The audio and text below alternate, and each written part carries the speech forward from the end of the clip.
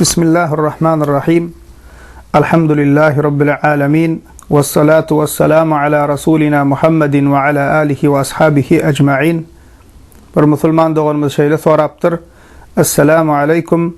Men öýlenmegiň öň siresinde durmuş toymy Peygamberimizin sallallahu aleyhi ve sellemin sünnetlerine laýyklykda geçirmek isleýäryn. Emma ejem kakam toyumda aydımsa tanys arak ýaly günah işleri etmegi meýilleşdirýärler. Men munyň günah diňini bilýän we muňa garşy men nähili ýol tutsam Allah we onuň Rasuly razy bolar. Dinimiz şu ýagdaýa nähil serediýär. Jogabyňyz üçin öňünden sag boluň diýip sorapdyr. Wa aleykumussalam we rahmetullahi we berekatuh. İlki musulman doğanlar bu hili ýagdaýda etmeli işimiz Allah Teala'dan dilek etmeli. Allah Teala'dan ene atamyzyň ýüregine goýa göri bu ýalňyşlyklary düşünüp bu ýalňyşlardan el çeke worsunlar diýip dilek etmeli. Çünki Allah Teala doga dilekleri ihlas bilen dileseň, çyn ýürekden dileseň, şertine edebine laýyklykda dileseň, Allah Teala şeksiz doga dilekleri kabul edýär. Şonuň üçin birinji etmeli işimiz islenlik ýagdaýda, kyn ýagdaýda bolsun, çıkkımsız ýagdaýda bolsun, şuňa beňdeş ýagdaýlarda bolsun, birinji bilen etmeli işimiz Allah Teala ýalvarmaly. Ya Rabbi, ene atamyň ýüregine goýa göri, şu zatlardan el çeke worsunlar, düşüne worsunlar diýip näme? İhlas bilen Allah Teala dilek etmeli, ýalvarmaly. Ondan soň musulman doganlar etmeli işimiz yumşaklyk bilen, süýji dil bilen, edep bilen, gowy edip näme nasihat etmeli, şu ýagdaýyň şu toýlarymyzda edilýän käbir zatlaryň haramdygyny, şu zatlary etseň bereketsizlik bolýanlygyny, Allah Teala we Rasuly razy bolmaýanlygyny, bu dünýä hem ziyan, ahiretde hem näme jezasynyň badygyny düşündirmeli, nasihat etmeli. Etmeli işimiz şol musulman doganlar. We bilýäňiz musulman doganlar islamda ene ataň ýeri gaty uly, olara näçe hyzmat etsegem ene ataň hakyny ödäp bolmaýa. Hususan enelerimiz, ejelerimizin bizim üstümizde kän haqqy wa ene ataň öňünde aňrujusyla hormatly bolmak, ene ataňa hyzmat etmek näme musulman doganlar her perdendiň borjy.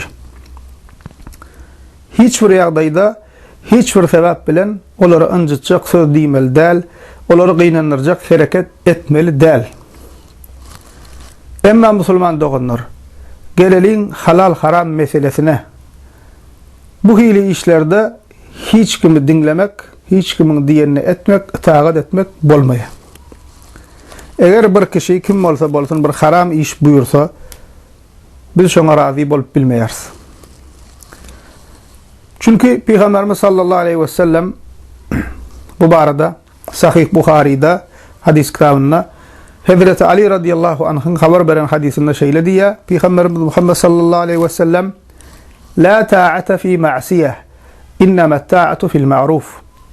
Allah Teala'nın öňünde günahkar bolunjak işte hiç kime itaat etmek yoktur.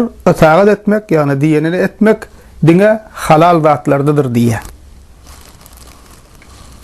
Diýmek musulmanlar şol hadisten möhüm bir zat öwrenýär we islamda möhüm kaidelerden bir şol.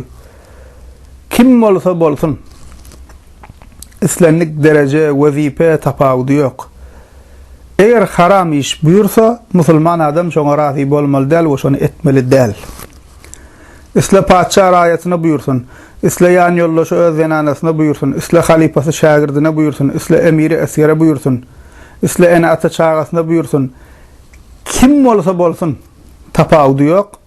Allah Teala'nın öňünde günahkar bolunjak işte hiç kimin diýenini etmek bolmaýa, hiç kimi dinlemek bolmaýa, hiç kimi itaat etmek bolmaýa. Beter haram iş buyurulsa ol işi etmeklen öz haram.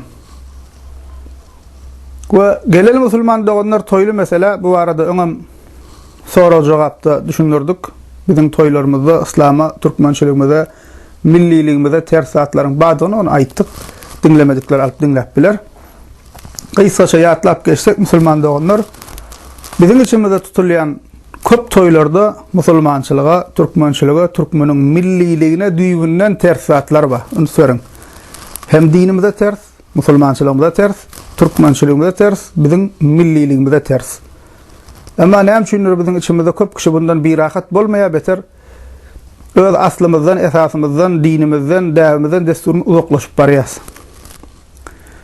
Şolaryň biri musulman doganlar şu käbir toýlarda edilýän haram işleň bir arak şarap. Bunun haramlygyna hiç kimin bir şekki şüphesi yok.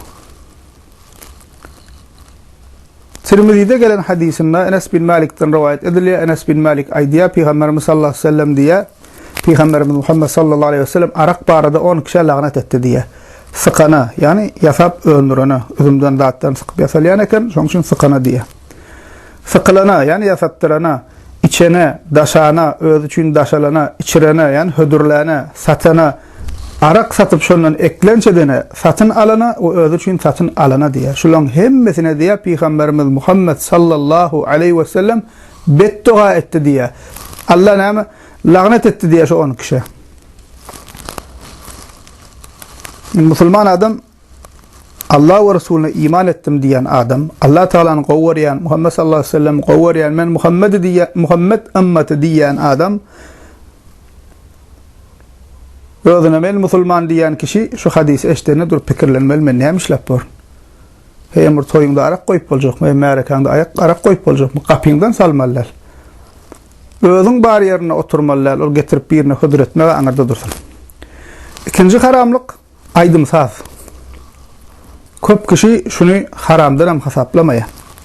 Emma Peygamberimiz sallallahu aleyhi ve sellem näme diýär? Sahih Buhari'de gelen hadisinde لَيَكُونَنَّ مِنْ أُمَّةِ أَقْوَامٍ يَسْتَحِلُّونَ الْحِرَ وَالْحَرِيرَ وَالْخَمْرَ وَالْمَعَازِفِ Bir döwür geljekdir diye.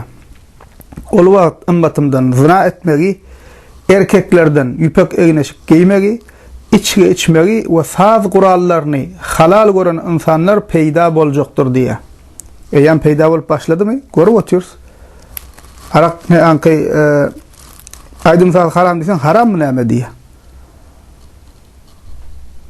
Haramlığından haberi yok. Haram diýsen gen oraya. Peygamberimiz näme diýdi? Bir döwür geljek diýdi, halal hasap etjekler diye. Bu aýdymsazyň sebäp bolýan erbetlikleri, ol aýdymsazyň içine geçýän erbet sözler, hayasyzlyga, edepsizlige çağırýan sözler, ol aýdymsazyň täsiri bilen edilýän hereketler, böküp gıýgyrşyp, wägirip, aýal erkek garym-gatym bolup, ve şonuň üçin musulmanlar onlar ýene de toýlarymyzda bolýan haramlyklaryň ýene bir näme musulman doganlar deýusluk we ihtilat musulman doganlar. Deýusluk biriniň aýaly, gyýzy, jigisi, gelini başga erkeklerin oňunda daraşyk geýip bezenip her hilek bolup tans edip böküşüp gıýgyrşyp başga erkeklerin oňuna şu hil hereketler edýär. Bularň erkekleri şol hil toýlara gitmeklige, şol hil ýerlere barmaklyga razi bolýar we gawanmaýarlar. Şuna deýusluk diýilýär. Başga erkeklerin oňunda galyp şey edip özüni gorkazyp bermekligine hiç zat diýmeýän bolsa, haýkuş diýmeýän bolsa buna diýilýär deýusluk. We bu toýlarda ýene bir biziň halkymyz tarapyndan üns bermeýän haramlyklaryň bir ihtilat. Ihtilat näme biri-birine näme mahram bolan erkek aýal gyzlaryň biri-birine garym gatym bolmaklygy. Bu da näme dinimiziň haram eden zatlaryndan musulman doganlar. Käbir toýlarda geline ýarym açyk dar fata geydirmekleri, awratlar zatları açyk bolýar goýsy arkasy şuna meňzeş. Bular näme musulman doganlar haram işlerden. Bu hile edip toy tutmak musulman doganlar biziň däp desturumyz däl, biziň milliligimiz däl, ata-baba biziň türkmeniň eden işi däl.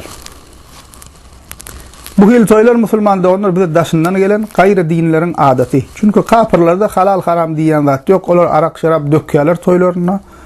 O beter aýallaryny öňküden beter açyk geýdirip, her hilek bezap geýdirip başgalarynyň öňünde şeýdip sergilap goýsalar, özlerini şon derece bilýärler. Aýdymsaz aýdyp, wägirip, çyýgyryp, gıýgyryp, bökçöklap bermek olar üçin adaty zat. Bu hil toy tutmak şuň nusxasy musulmanyň kydal, türkmeniň kydal, daşyndan gelen gaýry dinliňki kapyryň toýundan alynan zatlar. Şonuň üçin musulman doganlar bu zatlardan el çekmeli, öňe dönem bolsak, toba etmeli, halal musulman türkmen toy etmeli. Erkekler aýry turmaly, zenanlar aýry turmaly. Erkeklere erkek, zenanlara zenan hyzmat etmeli. Halal oyun güýmenjeler bilen toy geçirmeli. Göreş tuttur, başka ýarış geçir. bayrak koy, umuman pikirlensen kän, halal zatlar, güýmenjeler kän, toy kızyklydyp boljak zatlar kän. Halal zatlar bilen saçagy bezemeli. Allah Teala nimetler kän, musulman dogonlar. Halal zatlar sanasan, sanap soňuna çykyp bolanok.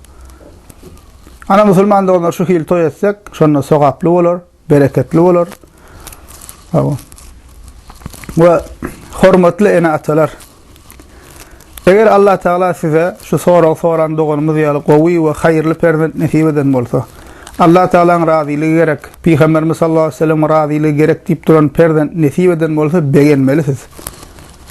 Ol bir zat diýip dursa siz bärden ýok, arak getirjek, tans getirjek, toy neme ýanky alakka aýdym aýtdyrjak, şerap goýjak diýip bu hil bolmaly däl. Beter siz çağanyňyň şu zatlar islemeýändigine begenmeli.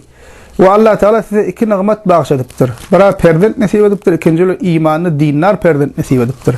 Şul haram zatları yigirenýän, şu zatlardan uzak bolmak isleyen perdent nesip edipdir.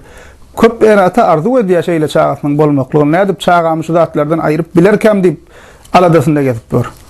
Şonuň üçin näme siziň iki nimetyňiz bar. Allah Teala çağa nesip edipdir we şuňal haýyrly, haramy yigirenýän, halal soýýan çağa nesip edipdir.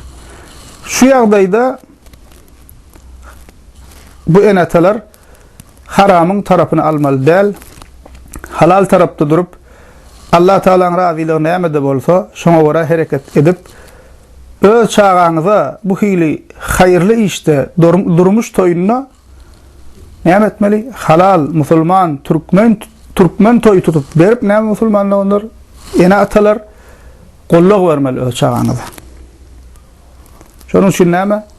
Gaýrat edeliň, dinimize gaýdalyň, öz aslymyza gaýdalyň, hakyky türkmençiligimize, musulmançylygymyza gaýdalyň. Alhamdulillahi rabbil alamin.